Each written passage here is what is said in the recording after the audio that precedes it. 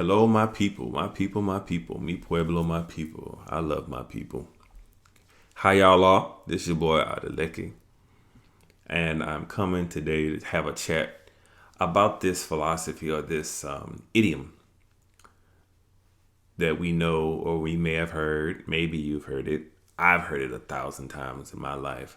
Robbing Peter to pay Paul. I'm gonna have to rob Peter to pay Paul. The first time I heard it, I don't know how old I was first time I heard it, but I've heard it all my life, maybe. Well, I haven't heard it spoken in a long time, but it came up in conversation recently, and I wanted to have a conversation about it because when I went, I was like, man, I hadn't heard that in a while. I kind of Googled to see if there was any messaging around what that meant. And everything that I could find spoke in terms of finance, right? Because we're talking about something financial, robbing to pay, right? I'm stealing from X to assign to Y, right? And so in so many ways, it is a concept, an economic concept, a financial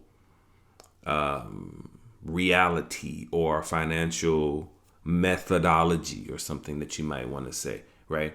However, we're referring to Peter and Paul. And if you are a reader of Hebrew or Greek scripture, or if you're a reader of the Bible, then you'll recognize that Peter and Paul are the names of persons that are super important to the story and the authority of the church, of the Christian church. Now, I grew up Christian. I grew up Jehovah's Witness, as a matter of fact. But even in my growing up, I'm a little extraordinary in my circumstances in that my grandmother was, she taught herself to read, and so growing up, I had access. It was not very many people that could say this, but when I was 8 years old, I had access to 3 full volumes of encyclopedia. 3, not 1, but 3 the full volume sets of encyclopedias. Not only that, I also had full access to volumes upon volumes of literature written by the Watchtower Tract Society, which is a research group that wrote about Protestant philosophies and Protestant dogmas that popped up around the early 1900s, which eventually led into the Watchtower Tract Society, or what we know today as the Jehovah's Witnesses, right? But these are Protestant groups, really. Ultimately, the Watchtower Tract Society was a Protestant group that sprung up in contrast to the Catholic Church, to question the authority of the Catholic Church. And that's what all Protestant groups did. They questioned the authority of the Catholic Church. And so this concept, robbing Peter to pay Paul, has been around a long time. I recently learned this part, which I didn't know exclusively. I knew what the phrasing was referring to, but I didn't know where it originated. And I learned that recently, where it originated. So it originated in the 1300s, 1350s, 1320s, mid 1300s, from a philosopher and writer, a theologian, researcher, right, named Wycliffe John. No, that's not right. His name was actually John Wycliffe, right? So John Wycliffe in the 1300s, 1340s, I think, wrote something to the effect, should we rob Peter to pay Paul? Would the Almighty sign off on that? Would that be against what the Almighty intended? Now, where did he get that from? Where did he get that notion from? Now, Wycliffe John became the leader of a group, or it was indirectly the leader of a group, but the people that basically followed his lead, they called them the Lollards, Lolllard, the Lollards. And these were basically people who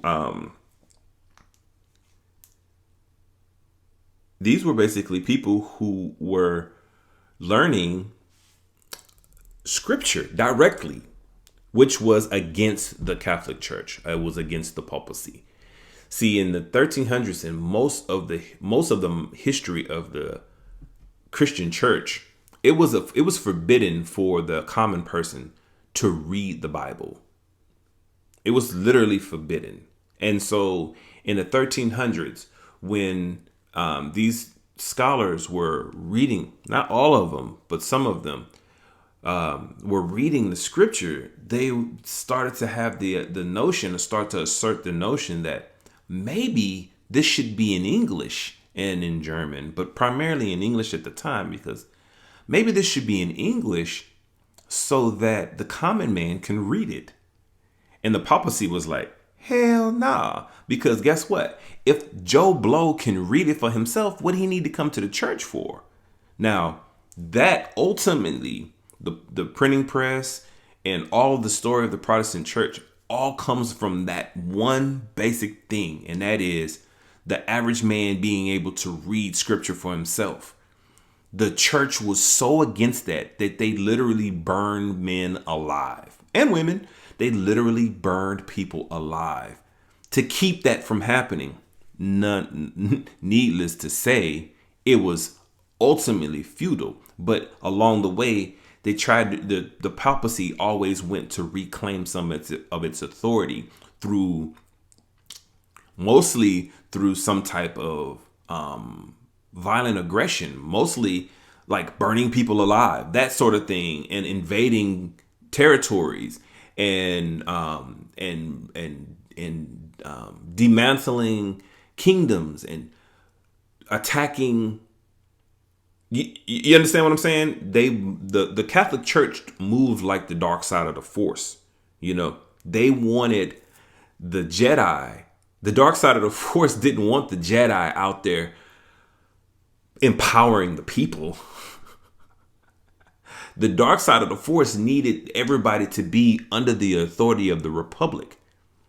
And so the dark side of the Force literally attacked not only the people, but attacked those who stood up for the people. And in particularly in that story, it was the Jedi, right?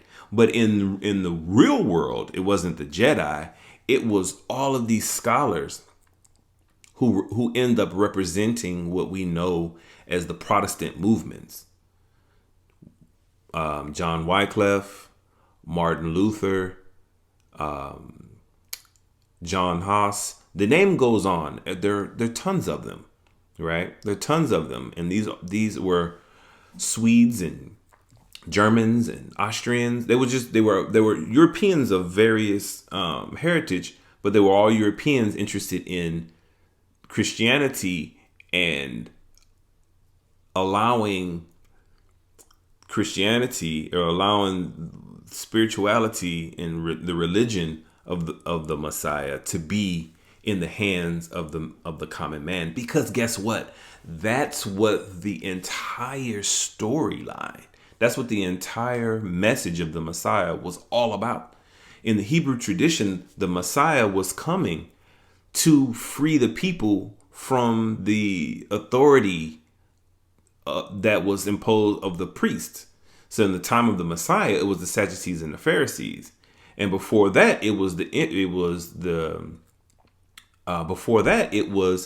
with Moses and the Pharaoh, right? With Moses, it was, the people need to have access to be able to self-govern, and they need the methodologies and the spiritual tools and the information they need to self-govern. And so with Moses came the Ten Commandments and the Torah, and those are the methodologies. Now, unfortunately, the average Hebrew couldn't read, right? At that time, coming out of following the lines of stories that's coming from the scripture, the people that came out of Kemet, or out of Egypt at that time, couldn't read. Collectively, some could, and so the Levites became the ruling class. And they weren't the ruling class. So you had the Levites who You had Judah, who was the ruling class. So the Judah was supposed to be the class of the kings, the class of the governors, so to speak, right? But the Levites was the class of the priests, right? And the Levites could read, and they were responsible for maintaining literacy amongst themselves, and then also reading and sharing the information from the scrolls to the people at large. And over time, that ended up being the Pharisees and the Sadducees. So when the Messiah comes into the picture, now that same message that Moses spoke out to Pharaoh, the Messiah was speaking to the Pharisees and the Sadducees. So the Messiah is telling the Pharisees and the Sadducees, you got to let go of that authority, and we have to reassign it to the people, and that the people need to have access to this information so that they can be self-governed. Okay, so the Messiah lives his life, because this is all about the robbing Peter to pay Paul. So let me get back on that.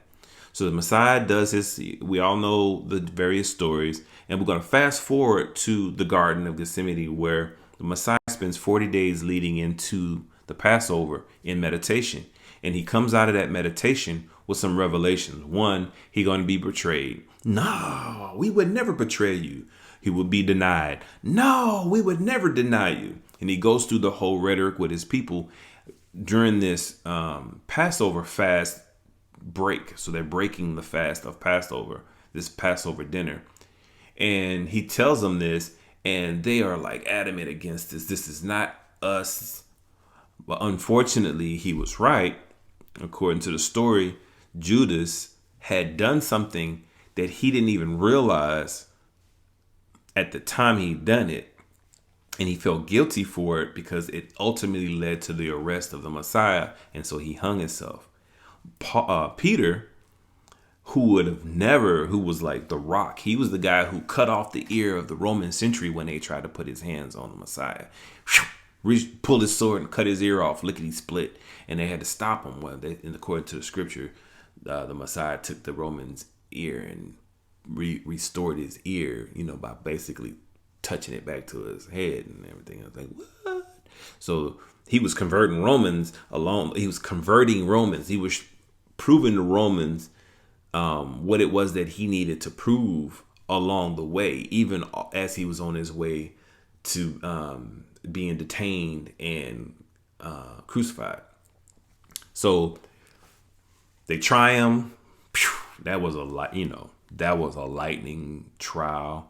According to the story, too, there were more than one man who was tried at the time, and one of them was a murderer. He was killing people as Barbarous, and they let Barbarous go. You know what I'm saying? It's like, what? You're going to let this guy go so that you can keep this guy? And that was because the Pharisees and the Sadducees realized that this dude was undermining their authority, and they couldn't have that. So they wanted him gone, right? It was the Pharisees and the Sadducees that wanted him gone, not the Romans, right? Anyway, that's another sidebar. So now he goes up, nail in the hands, nail in the feet. They pin him to the tree, pole, cross. They pin him up, nail in his hands, nail in his feet. One hand, one nail through both hands, one nail through both feet. They lance his body. They torture him. And then they take him down, wrap him up, and put him in a tomb. Now, at this time, now, of course, Peter has already had the situation where he's being interrogated by authorities, and he's like, nah, not me. Nah, not me. Nah, not me. Because what happened was that the Messiah gave Peter the authority of the church. And so when they were asking, like, who's supposed to be running this, now that we got him, who's the first man, who's the next man in charge? And Peter was like, wasn't me. It ain't me. I don't know. Who is it? And everybody was like, nah, it ain't me. But everybody knew it was Peter, but Peter just basically just played dumb. And then he realized, oh, snap. He was right. I did deny him before the rooster even crowed. Man. However, Peter did take off after that. And he basically became the leader of what we now refer to as the Coptic Church, right? Or the Coptics. Now the Coptics, who are the Coptics and where are the Coptics? Honestly, in the world, Coptics hardly exist anymore. In Ethiopia, the Coptics are still there, very much part of the Ethiopian way of being, and the Ethiopian identity. The Coptics are still very much part of that. The Coptics were also they spread wherever Rome was, the Coptics were, right? So they were as far northeast as, the stans, the Kazakhstan and those places that we would refer to as Russia and Ukraine, in those general areas. And then like the Ottomans as well, all of those Western Asia, Eastern European places, and all the way as far as Ethiopia.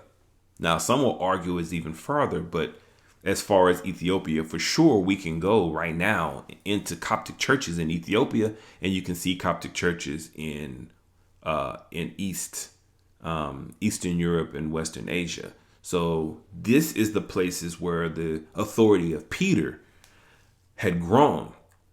Now, as the authority of Peter had grown, the Romans was like, yo, we can't deal with this. This is undermining our authority as emperors, as imperial resources. If people have a way to get to the Almighty, what they need the temples of the emperor for, you know what I'm saying? And so the Council of Nicaea, they decided to go ahead on and do some stuff about this. And so they started this whole process of gathering up Coptics and feeding them. What the history says that the Romans were feeding Christians to the lions.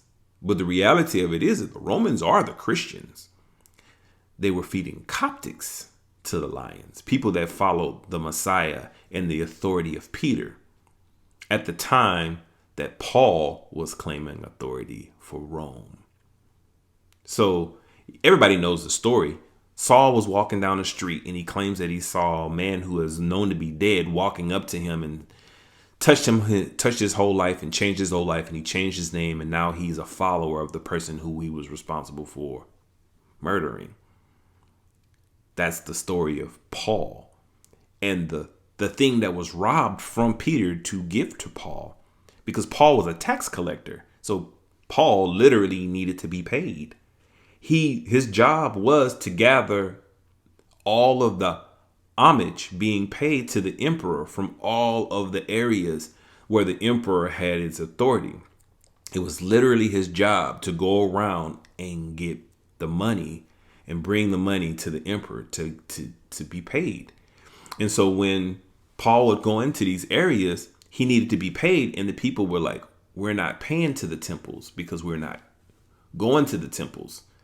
You know what I'm saying? We are Coptics now. And so it's like, whoa, wait, what? You know what I'm saying? We're Coptics now. What's a Coptic? You know, we're following the message of Peter.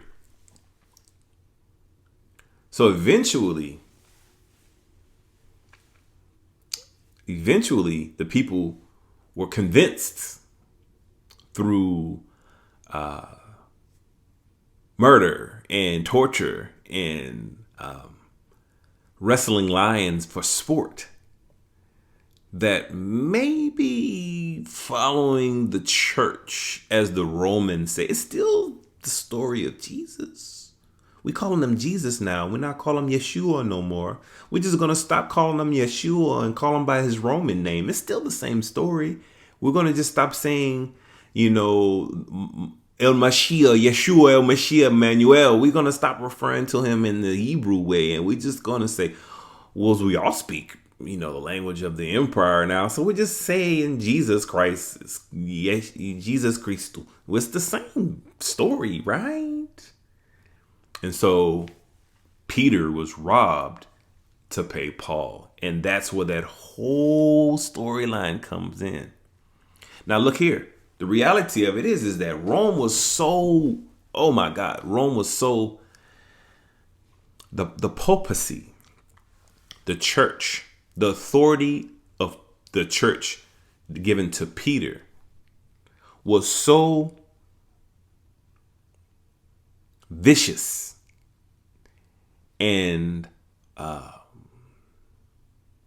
power hungry that they went all over the world looking for Coptics.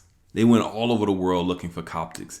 And then eventually they ran into the Muslims, who was doing something a little different than what the Coptics were doing, but it was a little bit of resistance as well. So they started arguing with the Muslims, and lo and behold, it's like, dang, these Muslims are doing something kind of like with the Coptics. That's we need to talk about this too.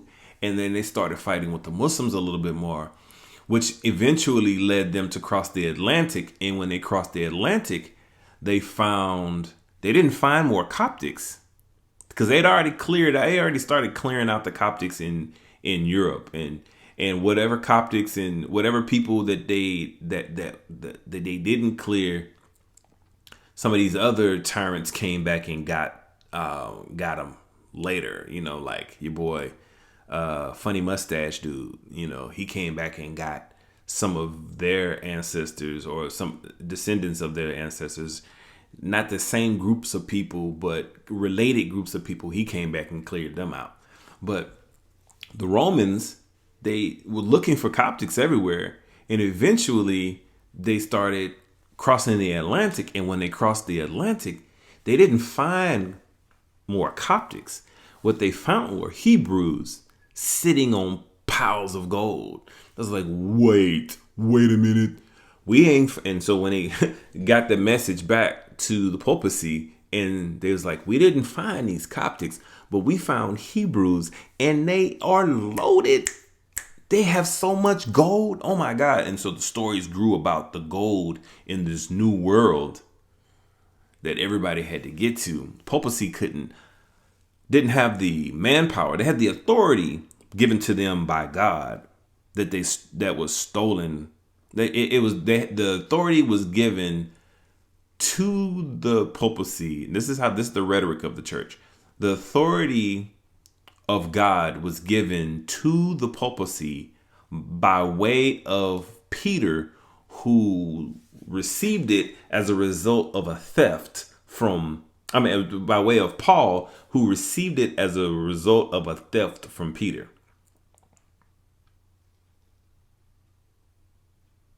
And even today, if they say, now I don't know if this is actually true or not, but the scripture says that the church will rest with Peter. And so the throne, it is said that the throne of the papacy, the authority of Paul, the throne of the papacy, the throne that the Pope sits on, is emblematic of the authority of Paul, right? That throne sits on a tomb, and that tomb contains the remains of Peter. So let that rest in your mind, that the tomb of Peter, the man that was given authority of the church at the demise of the Messiah, is the papacy, is the church. His tomb, literally, the tomb of Peter, is the place where all of Catholicism emanates. They literally conduct service in his tomb, sitting on his remains. That's what it means to rob Peter, to pay Paul. So I hope that don't mess you up too much, but I hope it does at the same time. Now, I'm Hebrew in my upbringing, and I have much respect for the traditions of the Hebrew people and how those traditions have affected my people over time. I have heritage that is tightly tied to the soil on both sides of the Atlantic. Because my people are hued, red man, many of my people were hunted down, our lands were stolen, and many of my ancestors were murdered for their land, driven off of their land, driven into indentured servitude, sharecropping, that sort of thing, where their lands were confiscated from them, but then they were allowed to stay and occupy their lands and farm their own lands, but not take the benefit of the work that they did on their lands. And so sharecropping was the major way that a lot of my ancestors were disadvantaged on this soil. And then my bloodlines are intersected with the bloodline of captives from the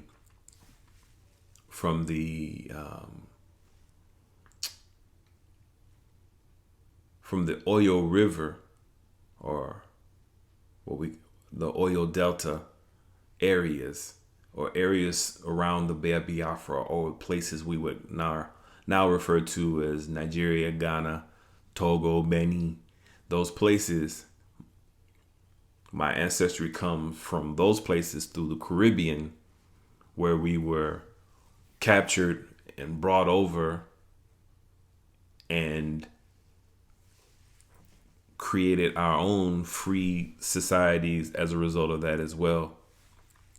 So I have bloodlines that are from two different historical groups of people, but they're really the same people. Both sides of the Atlantic brought and intersected on this soil and in this time.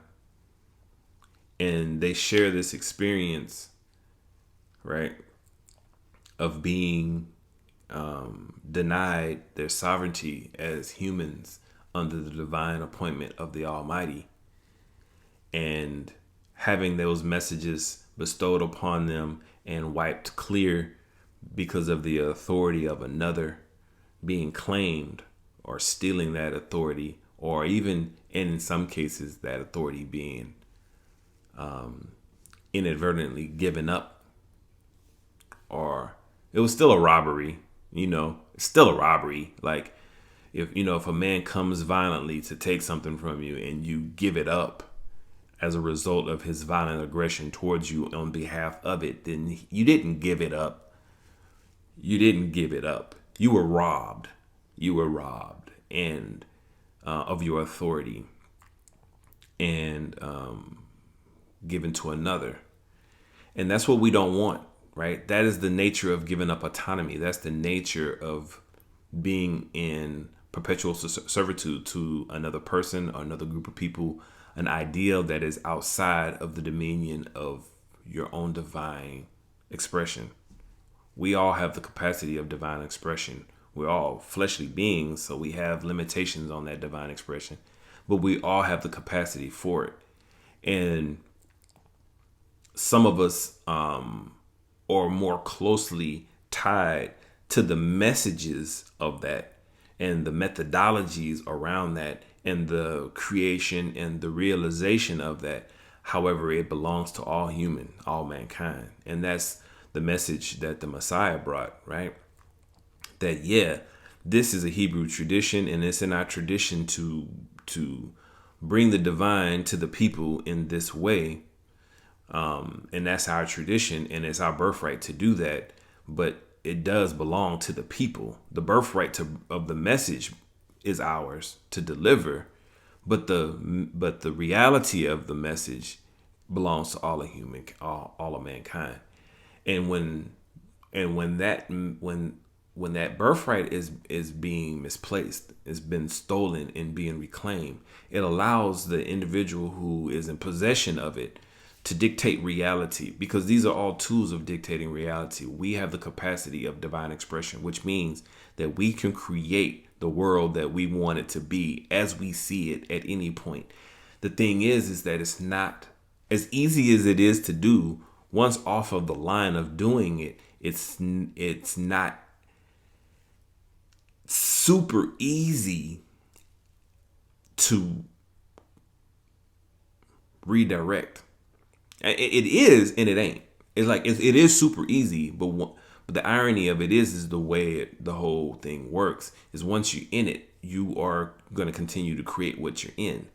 And until you figure out how to get out of it to create something new and be specific about the thing, but not tied to it, it's this balancing act of being human and being divine in expression at the same time without trying to live divine or express humanly. And it's not an easy thing to do, even though it's a super easy thing to do. It's like we were all born to do it, but we forget how to do it because of everything else that going on around us, particularly what has gone on of the desire of others to control. The others sometimes they want to manipulate the way an individual is able to express their divinity and for their own intentions and their own purposes and their own needs. And that can't be denied of them because that's what they want to do, right? And the irony of it is once you're in that, it's like being in a river. Once you're in a river, unless you have the tools to guide yourself and navigate that river, where that current goes, you go. A leaf hits the river, the leaf follows the river. The leaf doesn't go against the river unless the leaf has an electric motor or a gasoline engine or a sail or something that will allow it to direct itself in the direction it wants to go in spite of the current. And so that's what happens with us as humans in the creation of our reality. Whatever reality we're in, we'll be in until we act upon that reality from outside of the reality without disabling the reality. And it's as easy as it is, it's not as easy as it is. It is easy and it ain't easy at the same time, right? And we've been given tools and methods and strategies and stories and all kinds of things that help us get to that. But the reality of that is those stories can be caught and grabbed by whomever and turned and twisted, and have been caught by whomever and turned and twisted and made to be the beneficiary of the one who's doing the turning and the twisting, i.e. the Pharisees and the Sadducees, i.e. the Pharaoh of Egypt, i.e. the Emperor of Rome. And so from the Hebrew perspective, it's been done again and again and again. And you know what? It will be done again and again and again until we beat it or repeat it. It's either we're going to beat it or repeat it.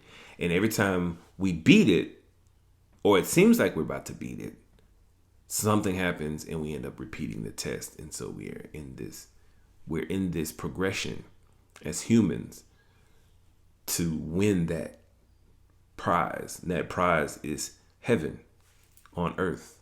And that is all of humans being able to create